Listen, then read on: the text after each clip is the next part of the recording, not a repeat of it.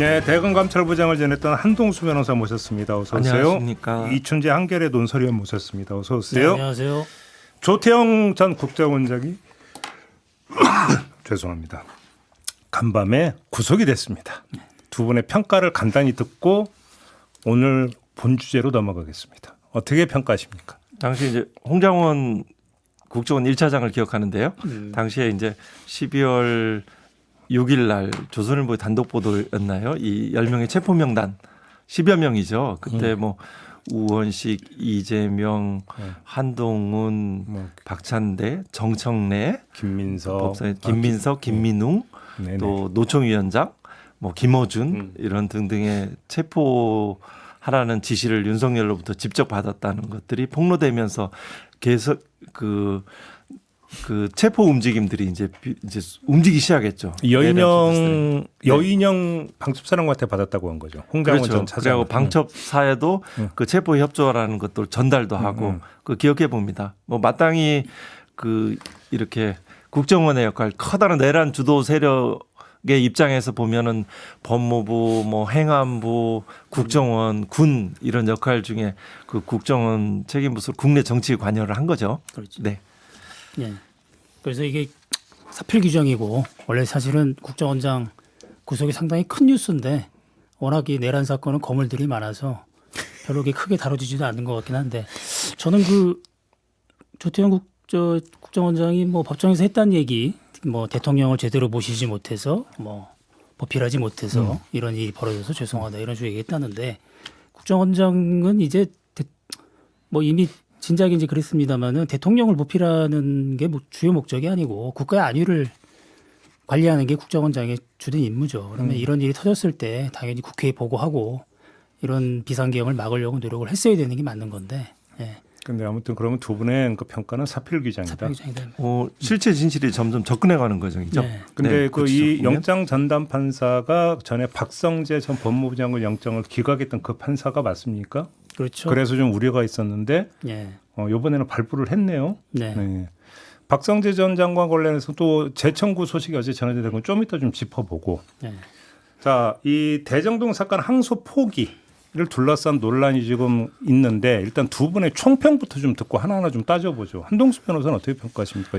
저는 이 항소 포기의 적절성 그리고 이 과정에서 어떻게 대응을 해야 되는지 이런 관점 등을 포함해서 말씀드리고 싶은데요.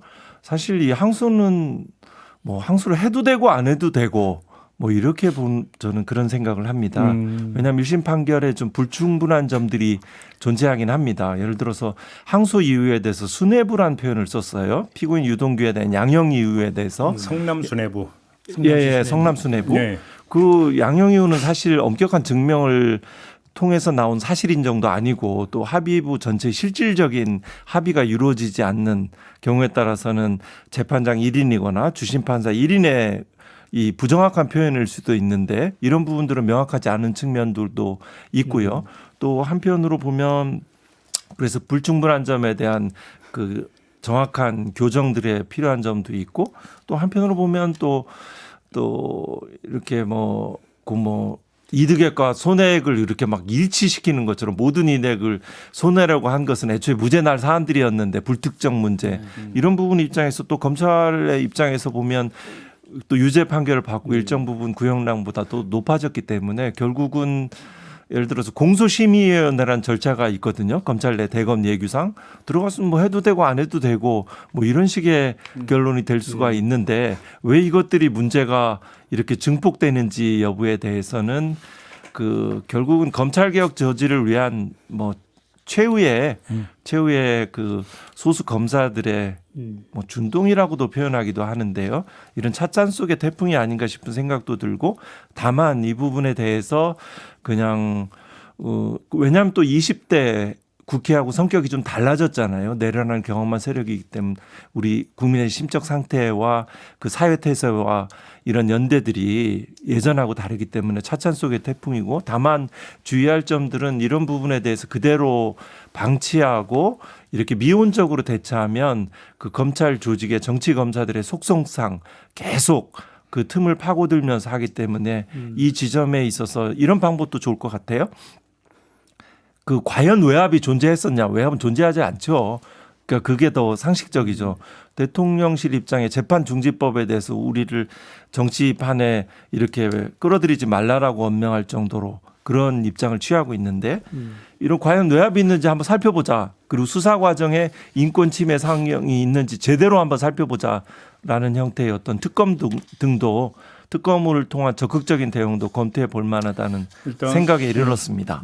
변호사님의 평가는 일단 뭐 그 항소 포기 부분에 대해서는 뭐 할 수도 있고 안 할 수도 있는 그런 성질의 문제고 외압 행사는 없었다라고 지금 말씀 주셨는데요. 우리 논설위원님 어떻게 보세요? 저는 그 정성호 장관이 이제 설명한 그런 내용을 좀 듣고 잘 좀 이해가 안 갔어요. 그러니까 이게 우리가 일반적으로 검찰의 기계적 항소의 문제점을 지적할 때 보통 이제 이런 사건들이 아니고 이제 이런 거거든요. 그러니까 검찰이 누가 봐도 무리한 기소를 해서 그게 1심에서 이제 완전히 무죄 판결이 났다.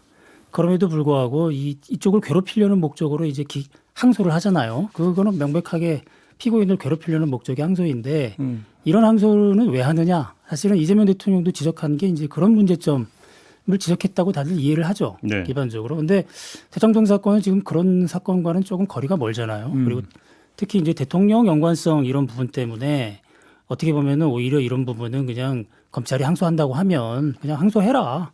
2심 판결까지 받아보자 그래. 뭐 이렇게 놔두는 게 오히려 더 정치적으로 쟁점이 안 되고 깔끔하게 될 수 있는 문제였는데 정성호 장관의 어떤 그런 행태는 조금 잘 이해가 안 가고 그다음에 그런 얘기를 또 하던데 그 자기는 그냥 그 잘 검토해봐라 그런 얘기만 했다. 신중하게 검토하라. 네, 그거를 이제 3번 얘기했다는 거잖아요. 근데 이거는 검찰 조직에서는 그 장관의 그런 얘기를 일종의 지위로 받아들이는 조직이에요. 그 검찰 조직 자체가. 그 신중하게 네, 검토하라는 예전에 제가 잠깐만. 네. 예전에 그 노무현 대통령 그때 이제 사건 때 수사할 때 당시 검찰총장이 그 비극적인 일에 대한 책임을 지고 사표를 내잖아요. 그러면서 기자들한테 한 얘기가 있었는데 아주 유명한 얘기죠.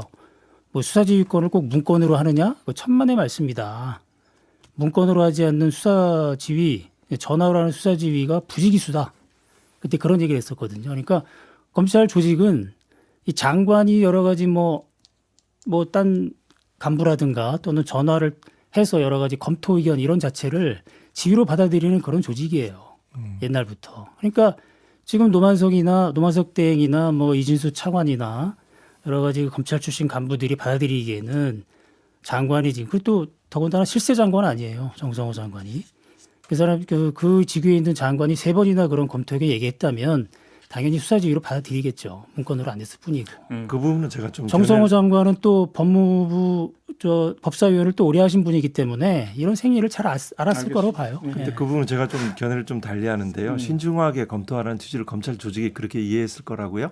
그거는 뭐 그 통상적으로 할 수 있는 이야기고요. 노만석 총장은 주로 이제 검찰국장하고 이제 차관하고 얘기하고 정성호 장관은 직접 연락을 취하거나 한 바가 없어요.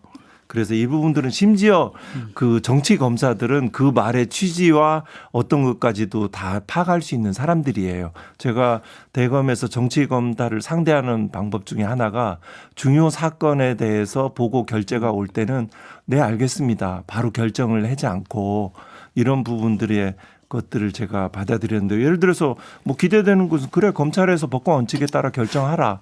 내지는 잘 알았으면 좋겠다라는 멘트가 더 뭐 오해의 소지는 없을 수는 있었지만 가서 뭐 신중하게 검토하라는 그런 범위는 통상적으로 이해될 수 있는 범위인데 그걸 가지고 확대 해석하거나 자기가 스스로 어떤 불순한 의도 하에서 그렇게 뭐 마치 뭐 참고 뭔가 있었던 것처럼 뭐 조선일보, 중앙일보 특정 언론에 상대를 해서 자세하게 인터뷰를 하는 것 자체가 문제가 있죠. 그리고 이프로스 게시판에 대해서도 말씀드리고 싶은데 잠깐만요. 네. 그 얘기 넘어가기 전에 네. 그러니까 이제 어제를 기점으로 이진수 법무차관의 네. 행적에 대해서 이제 본격적으로 주목하는 기사들이 지금 나오고 있어요. 그러니까 네. 분명한 사실은 정성호 장관은 노만석 대행하고 직접 소통한 적이 한 번도 없다고 했어요. 팩트죠. 그러니까 이제 법무부 참모를 통해서 간접 소통을 했다라는 거고 그래서 노만석 대행과 직접 소통한 게 이진수 차관인데 지금 보도를 종합을 하면 몇 개의 선택지를 주면서 선택하라 이렇게 요구를 했고 수사지휘권을 그러니까 발동할 수 있다라는 얘기까지 했다. 그러면 그럼 일단 정성호 장관 일단 놔두고 이진수 차관의 이건 어떻게 평가를 해야 되는 겁니까? 그러니까 지금 이진수 차관이나 이제 노만석 대행이나 정성호 장관이 되게 고마운 존재였죠 그동안. 검찰 특활비도 다 그냥 원상대로 복원시켜줬고, 그 다음에 그 수사권 문제 이제 그 검찰 개혁 초기에 뭐 잘 아시겠, 우리 다 기억하고 있잖아요. 그러니까 보안 수사권을 줘야 되느냐 말아야 되느냐 이 문제에 있어서 가장 먼저 보안 수사권 줘야 된다고 여권에서 주장한 사람이 정성호 장관이에요. 그러니까 검찰의 여러 가지 그런 것들을 잘 받아주는 그런 장관이었죠. 그러니까 이진수 차관이나 노만석 대행이나 입장에서는 상당히 고마운 장관이죠. 그러니까 정성호 장관의 여러 가지 그런 메시지를 좀 이렇게 도와주고 싶은 그런 마음이 아마 강했을 것 같아요. 그러니까 이진수 차관이 지금 저런 행보도 그런 차원에서 이해할 수 있지 않을까. 저는 그렇게 보고 있습니다. 그 당시에 뭐 결국 이진수 차관 그다음에 주로 채널들은 이제 검찰국장하고 그런 이야기들이 무슨 이야기들이었는 것들은 각자 이제 뭐 밝혀서 얘기를 해서 이제 그거는 뭐 수사든 뭐 조사를 통해서 밝혀지면 될 일이고요. 그런 부분에 대해서는 또 한편으로 중앙지검장과 제4차장도 다 동의를 했거든요. 그 내에서 그것들이 항소를 안 하는 것이 나름대로 적절하다는 판단에 그 자율적이고 독립적인 판단인 것이지 거기에 따라서 마치 어떤 의혹과 지시가 있었던 것처럼 제기되고 있으니까 그래 특검을 합시다. 그래서 그 부분에 대해서 실제 외압이 존재했는지 그 과정에서 외압이 없음에도 불구하고 정치적인 행위를 했는지 뭐 공무상 비밀 누설이 있었는지 직무유기가 있었는지 또 수사 과정에 판결에 그 재판 과정에 나타난 인권 침해 상황들이 있었는지 이 부분까지 철저하게 규명을 하지 않으면 내년 지선까지 계속 정치적인 이슈화로 끌어들이면서 검찰 개혁을 저지하려는 그런 어떤 하나의 계기 동력으로 삼으려 할 것 같습니다. 그래서 미온적으로 대처하면 안 될 것 같습니다. 근데 제가 볼 때는 정성호 법무장관이 신중하게 처리하라라고 이야기를 했다는 것은 간단히 얘기하면 상당한 해석의 여지를 남기는 발언이거든요. 다시 말해서 이래라 저래라라고 하는 구체적인 행동 지침을 제시한 게 아니기 때문에 그리고 최종 결정권을 그 얘기를 듣는 상대방한테 넘기는 거예요. 그러니까 이런 식으로 표현해도 좋은지는 모르겠지만 정성호 장관은 상당히 노회하게 대응을 했다.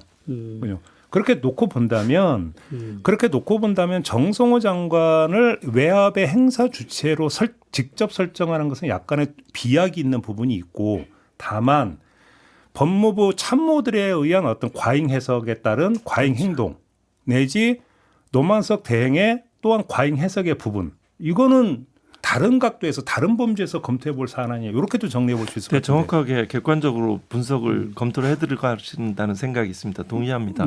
차관은 독립적인 자기의 일한, 이한, 삼한 이론적인 발동권 이런 것들을 할 수 있거든요. 그대로 모든 내용을 구체적인 지시를 받아서 움직이는 존재는 아니에요. 네. 그러니까 이제 다만 노만석 대행 입장에서는 그 법무부 장관하고 직접 소통한 적이 없어요. 그래서 차관하고 있는데 차관이 이렇게 얘기를 하니까 노만석 대행 입장에서는 그걸 장관의 뜻으로 해석할 수는 있겠죠. 받아들였을 수는 있겠죠. 그렇죠. 해석하지 않고 실제 그렇지 않았는데 네. 사후 인터뷰로 그러한 어떤 것들을 할 수 있죠. 그러면 그거는 결국 노만석 대행 해석의 문제로 가는 거죠. 기착이 되는 게. 해석 내지는 또 의도가 있을 수도 있죠. 그렇죠. 과거의 행적에 비추어 보면. 그리고 또 하나 또 이 대목에서 짚어야 될 대목은 또 하나 이제 검사들의 이제 태도에 좀 문제가 있는데 그 얘기 좀 한번 해보죠. 예. 그 만약에 정말 이게 항소가 꼭 필요하고 그다음에 그 대검이나 이쪽에서 항소 포기 지시가 부당하다고 했다면 아니 근데 냈어야죠 그러면. 냈어야 되는 거죠 그날 뭐 법원 그 항소 마감일 전까지 뭐 법원 앞에 대기하고 있었던 거 아니에요 거기 그러니까. 접수 중에 그러면 바로 전화해서 그냥 일단 접수시켜라 이렇게 하는 게 맞는 거고. 그래. 근데 검사들이 이제 그렇게 하지 못한 이유는 아마도 항소를 했다고 해서 1심 판결을 뒤집을 자신이 없었던 것 같아요. 만약에 항소를 해서 그렇게 해석하세요? 예. 왜냐하면 1심 판결을 분석해 보면 그 검찰이 주장하는 거에 대해서 조목조목 아주 잘 그 판결문에 써놨거든요. 네. 이제 검찰이 대표적으로 주장하는 게 이제 이게 7,800억 우리가 추징할 수 있는 길이 막혔다. 이거 해야 되는데, 근데 7,800억은 정말 그 모든 범죄가 다 유죄로 판결이 되고 그런 것들이 다 인정이 돼야 추징할 수 있는 그런 액수. 그러니까 말하자면 그물을 촘촘하고 아주 크게 그물을 이렇게 짠 거죠. 그런 그물을 친 것처럼 그렇게 인정이 돼야 될 수 있는 그런 금액인데 판결문에서는 그 부분에 대해서 인정을 안 했거든요. 네. 7,800억 중에 거기에는 이제 뭐 택지 개발에서 얻은 수익, 그다음에 부동산 분양에서 얻은 수익, 그다음에 그 자산 운영할 때 여러 가지 수수료 이런까지 다 합친 금액이 7,800억인데 당시 성남시 도시개발공사는 택지 분양 이런 부분은 개입을 했지만 아파트 분양 사업은 개입 안 했기 때문에 그 액수는 빼라 일단. 그다음에 실제로 그 대장동 개발해서 얻은 이익이 한 5,900억, 6천억 되는데 성남시 도시개발공사가 지분 50%니까 거기에 절반 한 2,900억 거기 그거였고 근데 그 중에서 또 1,820억은 확정이익으로 줬으니까 2,900억하고 1,800억 사이 그러니까 1,100억 정도 요 정도가 이제 그 배임 액수다. 그게 이제 성남시 도시개발공사가 더 받아야 될 액수인데 못 받았으니까 요게 이제 배임 액수다 이렇게 판정했는데 그 판단을 항소심해서 한다고 해서 뒤집어질 가능성이 거의 없어 보여요. 전문가들이 다 그런 얘기를 하죠. 그러면 상소했으면 7,800을 다 환수할 수 있었다라는 것은 말 그대로 검증한 데 가설이다. 침소봉대한 거죠. 그런 식으로 여론 플레이를 언론 플레이를 하니까 이제 마치 대단한 큰 그 것들을 못하게 막은 것처럼 보이는데 그러니까 좀 비겁한 거죠 검사들이. 그래. 그게 실제 중앙지검장 그다음에 4차장 그다음에 뭐 공판 관여 검사든 수사 주인 검사든 간에 다 동의한 거죠. 본인이 할 수 있었다면 그 뭐 공소심의위원회를 그 하면은 이제 하도록 돼 있거든요. 대검에 할 수도 있고 이의 제기도 할 수 있고 또 말씀하신 대로 독임제 관청이니까 거기에서 접수를 할 수도 있었죠. 그리고 마치 우리가 견해를 달리 하는데 무슨 뭐 대검 뭐죠 노대행의 어떤 지시에 따라서 꺾인 것처럼 이렇게 하는 것은 아니죠. 그렇지만 전체적인 사항들은 일부 많이 이제 대거 나갔죠. 물론 나간 어떤 정치 검사들도 같이 연결돼 있더라고 추론하는 사람들이 많은데요. 그래요? 무슨 말씀이세요? 그러니까 대검에서 이제 이른바 한 120여 명으로 분류되던 친윤 검사들이 상당 부분 이제 또 사직도 했잖아요. 그런 검찰 이제 오비팀과 연결 가능성도 얘기하는 그런 견해도 있고요. 그렇지만 지금 현재의 검찰 내부에서는 뭐 누구 특정되기도 합니다. 누가 주동이 됐을까. 그렇긴 하지만 이런 어떤 그런 현재는 소수이다. 지검장, 지청장 등 대검 연구관 등의 그런 움직임 외에 일선 평검사들은 뭐 표준어이긴 한데 뭐 낮아뻗어 있다라는 그 내부 목소리가 있을 정도로 사실 별 지지를 얻지 못합니다. 왜만큼 그만큼 이 상황들이 정당하지 못한 그러면 그런 행위라는 거죠. 그게 이제 검찰 전반의 분위기냐 아니냐를 떠나서 일단 집단 성명이 몇 개 나왔잖아요. 그럼 네. 그거에 대해서는 단호하게 대응을 해야 된다고 보세요? 그렇습니다. 그 뭐 특검을 해서라도 그렇습니다. 특검과 감찰로 할 수 있지 않습니까? 감찰로 가능하죠. 네, 가능한데 이제 그걸 이제 수행할 수 있는 기관 이 부서가 이제 대검 감찰부인데 그거는 뭐 그죠? 현재 이제 근데 그게 전부 다 박성재 장관이 네, 퇴임하기 전에 임명한 사람들. 5월 달인가 이게 5월 16일자인가 바로 이 대선 직전에 이렇게 알박기 인사를 한 것이어서 그러니까. 움직이지 못할 겁니다. 네. 그러니까요. 이 문제가 이렇게 좀 정리를 하는 걸로 하고 다음으로 넘어갔으면 좋겠는데 박성재 전 법무부 장관에 대한 구속영장이 재청구가 됐습니다. 자, 재청구는 당연지사다. 일단 두 분은 이렇게 평가하시는 거죠. 우리가 이제 몇 차례 이야기한 바가 있었기 때문에. 근데 좀 새로운 게 좀 나온 것 같습니까? 어떻게 보십니까? 언론 보도되는 거 보면은 권한남용 문건이라는 제목에 뭐 있다면서요. 민주당이 그동안 입법 독재 이런 행태들 뭐 탄핵 남발하고 검사시켜서 작성했다라는. 그렇죠. 예, 그게 아마도 네, 검찰과장. 그 포렌식 해가지고 그 휴대폰에서 안가에 들고 갔었다는 거. 그거 가지고 이제 안가 모임까지 갔다는 얘기잖아요. 그 다음 날. 그러면 사후에 이 비상계엄이 정당했다라는 걸 뭘 좀 해보려고 시도했던 거죠. 라고 의심할 수 있는 거죠. 안가 모임이. 그러니까 이 증거가 의미하는 바는 영장을 기각했을 때 그 영장 전담 판사가 했던 얘기, 이거 위법성 이게 지금 비상계엄이 위법하다는지를 알 수 있었느냐 없었느냐 다퉈봐야 된다 이런 얘기했었는데 이 문건은 이제 당연히 위법하다는 걸 알고 이게 위법하지 않다는 걸 증명하려고 이런 문건을 만든 거잖아요. 예, 그러니까 그걸 입증할 수 있기 때문에 이번 영장은 발부 가능성이 높다. 그렇게 이런 변호사님 어떻게 보세요? 네. 발부 가능성이 상당히 좀 높아졌다라고 생각을 하고요. 한 달여 정도 있다 보강 수사를 통해서 이제 재청구한 건데요. 결국 새로운 증거와 정황들을 이제 제시하는 사정 변경이 존재하는 것이 뭐 이론적으로 필요한데요. 일단 위법성 인식이 없다라고 다퉈볼 여지가 있다라고 했는데 그때 저는 들은 생각이 매년 8월에 을지 연습을 하거든요. 판사들 큰 행사이거든요. 노란색 이거 민방위복 입고 그때가 이제 가상의 상황 메시지가 내려와요. 뭐 북한이 뭐 어느 지점 과천까지 접근했다. 이때 어떻게 해야 되냐. 우리 육본으로 가야 되냐. 법무부에 이런 가상의 도상훈련으로 이해했나 싶을 정도였거든요. 당시 무장 군인들이 국회도 국회와 중앙선관위 뭐 언론 침탈하던 상황이잖아요. 이거는 저 그만큼 아니한 인식이나 생각이 들었는데 그러니까. 나중에 기사를 보니까 실제 박성재 그 피의자가 그렇게 변명했더라고요. 을지 연습처럼 이렇게 통상적인 지시였다라고 하는데 그런 부분에 대해서는 사실이 아닌 것으로 이제 밝혀지는 거죠. 왜냐하면 이 계엄이 이루어지면 불법 체포, 구금이 이루어지죠. 언론 자유는 다 모조리 제한되고요. 군사 재판이 열립니다. 그래서 그 구치소에서 수용 여력들 파악하는 것들은 불법 영장 없이 체포한 구금한 수용한 시설인 것들이고 그 가상 도상훈련에 을지연습에 나오지 않는 상황들이에요. 그날은 그 비상계엄이 선포된 날이에요. 윤석열의 목적을 추단할 수 있는 건 종북 세력을 척결하고 자유 헌정 질서를 뭐 회복할 목적으로 하겠다라고 발표했잖아요. 지금 생각하면은 참 좀 정말 말할 수 없는 얘기인데. 낡고도 이상한 그러면- 논리이긴 한데요. 그럼 추가 질문을 좀 드리면 검사를 시켜서 그 문건을 작성하게 한 행위만 문제입니까? 아니면 그걸 갖고 가서 삼청동 안가에서 회의를 해서 뭔가를 대책을 논의했다면 그것도 문제가 그것도 되는 거죠. 문제가 되는 거죠. 그러면 그 자체가, 예. 그러면 그 삼청동 안가 모임에 했다는 4명 중에서 2명 김주현 민정수석하고 이완규 법제처장은 지금 빠져 있잖아요. 예. 그럼 거기까지- 이 사람들까지도 사법 처리에 나설 수 있다로 연결이 됩니까? 수사까지 그렇습니다. 가죠. 예. 이 가죠. 예. 보면 좀 이렇게 한번 또 이 생각을 해봤는데요. 그 내란 주도 세력은 성공하리라는 믿음을 가지고 계획적으로 실행한 사람들이에요.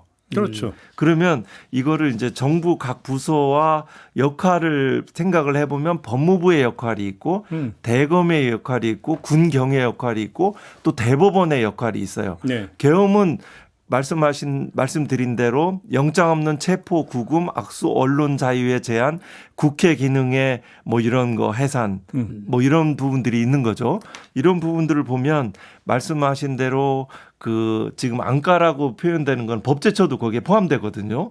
법제처 또 법무부 이런 것들이 있고 이 영장 청구는 결국은 구속을 필요로 하는 사유 부분들이 중요합니다. 이게 영장 발부가 굉장히 효과적인 부분입니다. 네네네. 지금 말씀드린 안과 모임은 사실은 내란행위의 범행 종료 시점은 대법원이 그 해제 시로 보고 있어요. 그러면 그 사후의 정황이긴 한데 이 행위 당시에 이런 위법성을 충분히 넉넉히 인식하고 있었다는 강력한 정황 사실로 기능을 하고 또 그 외에도 몇 가지 사실들이 더 있죠.